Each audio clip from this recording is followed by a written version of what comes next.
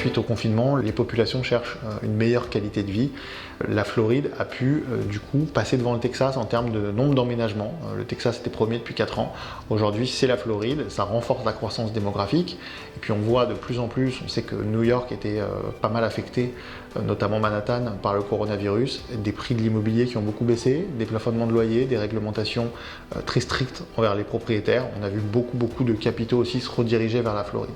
Donc dans cette conjoncture assez triste, on voit que finalement les gens et les investisseurs cherchent des valeurs refuge. Le multifamilier en est une très bonne, on le prouve tous les jours à la gestion, avec la consistance du paiement des loyers, la stabilité des loyers, les temps de relocation, les augmentations de loyers en perspective. Donc ça, on le voit tous les jours. Le multifamilier est clairement la classe d'actifs la moins volatile et la plus résiliente.